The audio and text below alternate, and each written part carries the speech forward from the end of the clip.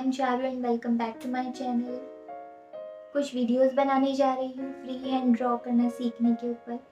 Beginners के लिए ये वीडियोस बहुत हेल्पफुल रहने वाले हैं क्योंकि मैं इजीएस्ट मेथड बताऊंगी फ्री हैंड ड्रॉ करना सीखने के। इसके पहले मैं आपसे एक रिक्वेस्ट करना चाहती हूँ कि अगर आपने मेरे लास्ट वीडियोस को नहीं देखा है तो प्लीज़ उन्हें देखिए, उन्हें फॉलो कीजिए क्योंकि मैंने उनमें ईजीएस्ट मेथड बता रखे हैं, डेली बेसिस पे करने वाली प्रैक्टिसेस एंड एक्सरसाइजेस बता रखी हैं जो कि अगर आप एक बिगिनर लेवल पे सीख रहे हैं तो आपके लिए बहुत हेल्पफुल कर होंगी ड्राइंग सीखने में।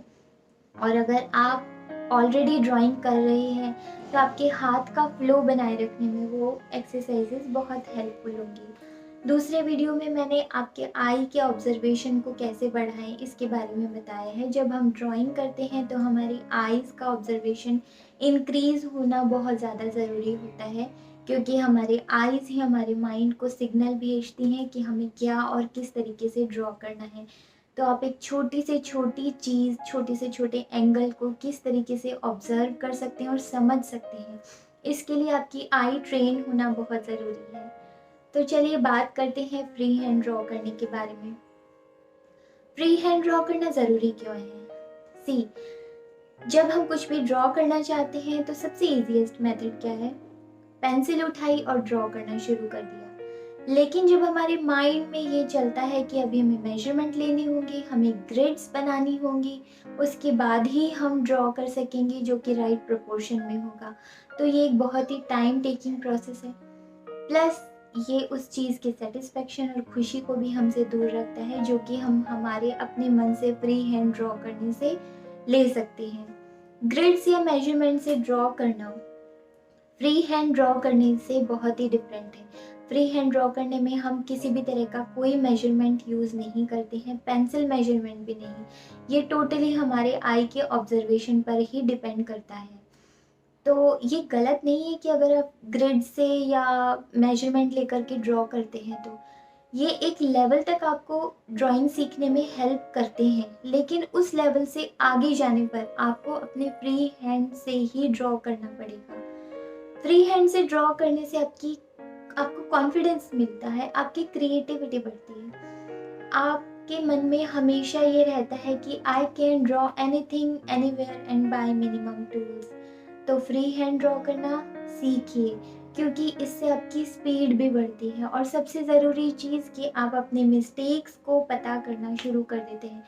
ड्राइंग में इम्प्रूव करने के लिए सबसे ज़्यादा ज़रूरी चीज़ है कि आप अपनी गलतियों को खुद से देखना शुरू करें। आपको पता चलने लग जाए कि आपकी गलती कहाँ हो रही है और आप उसको ठीक करने लग जाएंगे। तो ये बेनिफिट जब आप फ्री हैंड ड्रॉ करते हैं उसी में मिलता है। तो फ्री हैंड ड्रॉ करने के इतने सारे फ़ायदे हैं, तो चलिए आइए देखते हैं कि फ्री हैंड ड्रॉ करने के क्या क्या तरीके हैं और हम उसे इम्प्रूव कैसे कर सकते हैं। Let's see. तो चलिए आइए देखते हैं कि ये चीज़ किस तरीके से काम करती है। ये एक कप है जो कि हमें सर्कल और ओवल शेप में नज़र आता है, लेकिन इसे ड्रॉ करना थोड़ा मुश्किल रहेगा। तो हम इसे सिंपल लाइन, सीधी लाइंस में कन्वर्ट करेंगे। उसके बाद हम इसमें कर्व ऐड करेंगे।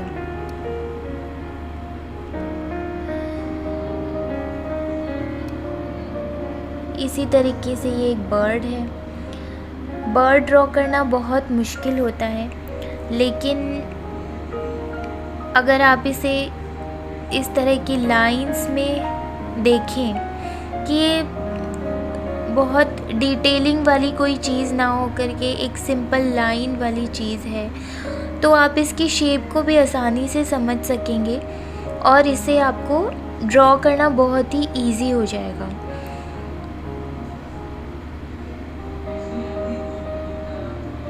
तो चलिए एक सिंपल शेप को देखते हैं। ये एक ग्लासवेयर है जिसे हमें ड्रॉ करना बहुत ज़्यादा मुश्किल लगेगा अगर हम डायरेक्ट ड्रॉ करेंगे, लेकिन अगर देखिए इस तरीके से हम इसे लाइंस में कन्वर्ट कर लेते हैं तो उसके बाद डिटेलिंग ऐड करना बहुत ही ज़्यादा आसान हो जाएगा। सारे कर्व्स को हमें सिंपल लाइंस में ऐड कन्वर्ट करके ब्लॉक कर देना है। उसके बाद हमें ड्रॉ करना है। तो सबसे पहले मैं आपको सिंपल शेप से समझाना शुरू करती हूँ जो इजी रहेगा। मुझे जग ड्रॉ करना था। मैंने इसे ड्रॉ करने के लिए अगर मैं इसे सिंपल कर्व लाइन से इसी तरीके से ड्रॉ करती तो इसमें सिमेट्री नहीं आती और जो रेफरेंस पिक है उसके जैसी ये नहीं बनती। इसके लिए मैंने सबसे पहले इसे स्ट्रेट लाइंस में कन्वर्ट करके ब्लॉक कर दिया। एज यू कैन सी कि यहाँ पर ये कर्व है, तो मैंने इसे कर्व के जैसे ना लेकर के एक सिंपल लाइन के जैसे इसे समझा और मैंने इसे यहाँ पर सिंपल लाइन से ड्रॉ किया। उसके बाद इसमें जो भी कर्व है उसे मैंने कर्व ना समझ के एक सिंपल लाइन में इस तरीके से ब्लॉक कर दिया। इसे बोलते हैं ब्लॉकिंग करना। इस तरह की ब्लॉकिंग करने से आपके लिए कोई भी शेप को अचीव करना आसान हो जाएगा।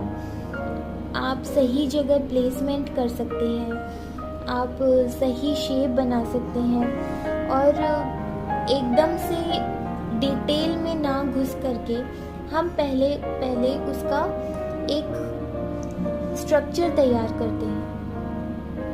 जैसा कि आप हमेशा ही देखते हैं कि किसी भी बिल्डिंग को खड़ा करने से पहले स्ट्रक्चर तैयार किया जाता है बहुत सारी स्टिक्स लगा करके।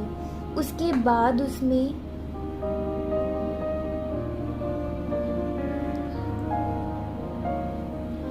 डिटेल्स ऐड की जाती हैं। उसी तरीके से मैंने भी पहले स्ट्रक्चर बनाया, उसके बाद मैंने डिटेल्स ऐड करने शुरू किया धीरे धीरे, जो कि मैंने आपको स्टेप बाय स्टेप बना करके बताया है। और लास्ट में मैंने उसमें जो भी डिटेल्स मुझे करनी थी वो मैंने उसमें की है।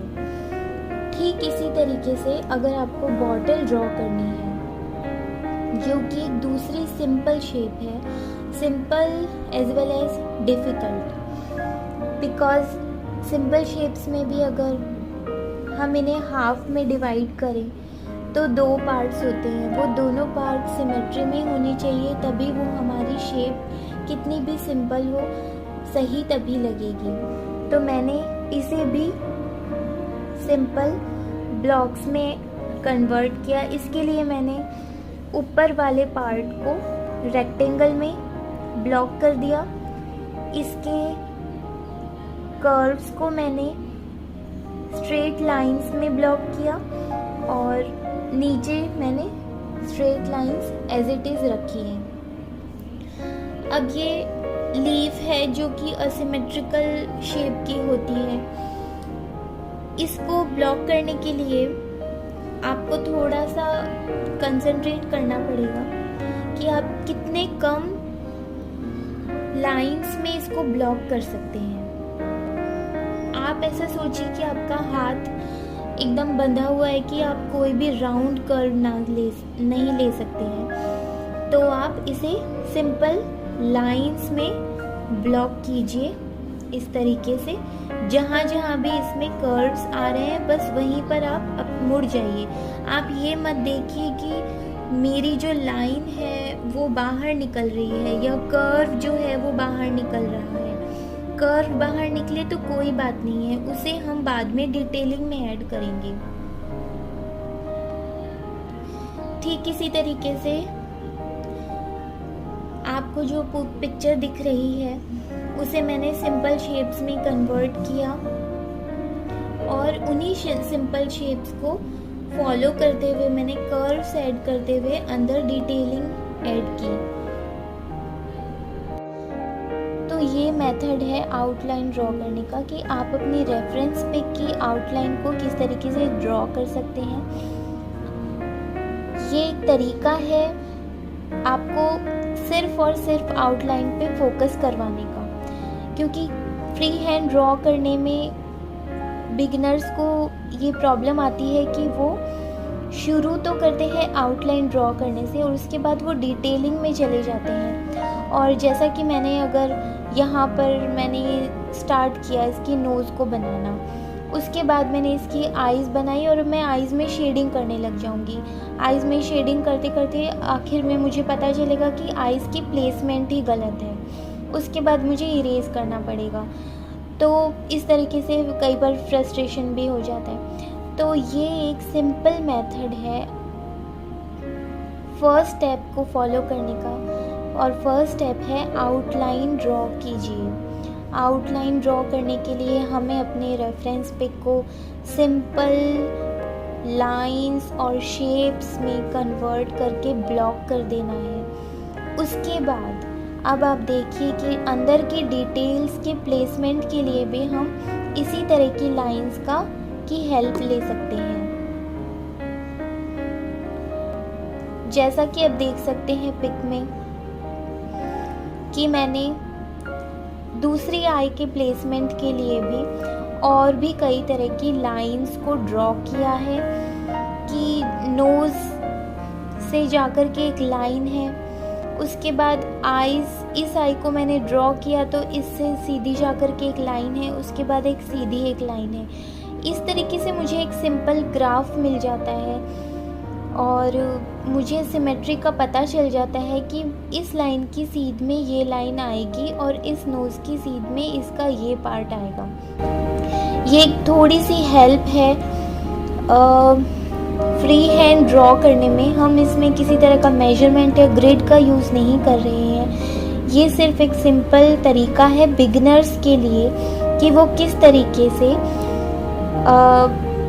फ्री हैंड ड्रॉ करना शुरू कर सकते हैं और बिना परेशान हुए वो इस चीज़ में प्रैक्टिस कर सकते हैं। तो आप पहले सिंपल शेप से शुरू कीजिए, जिस तरह की मैंने आपको बताया कि पहले आप छोटे छोटे सिंपल शेप वाले एलिमेंट्स को ट्राई कीजिए और उसके बाद आपके आसपास की जो भी चीज़ें हैं आप उन्हें ट्राई कीजिए।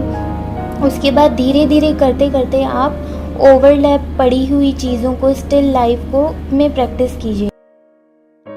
ओके फ्रेंड्स, तो मिलते हैं नेक्स्ट वीडियो में जिसमें मैं आपको ज़्यादा कॉम्प्लिकेटेड शेप्स की ब्लॉकिंग के बारे में बताऊंगी। हम किसी भी लेवल का आर्ट वर्क बना रहे हों, चाहे हम बिगिनर के तौर पर सीख रहे हों या एक आर्टिस्ट के तौर पर बहुत अच्छा काम कर रहे हों, हमारे लिए कंटिन्यूएशन बहुत ज़्यादा ज़रूरी है। तो अपने वर्क के प्रति डिवोटेड रहिए और कंटिन्यू हार्ड वर्क करिए जिससे कि आप वो अचीव कर सकें जो आप पाना चाहते हैं। So do hard work, do practice. Bye bye.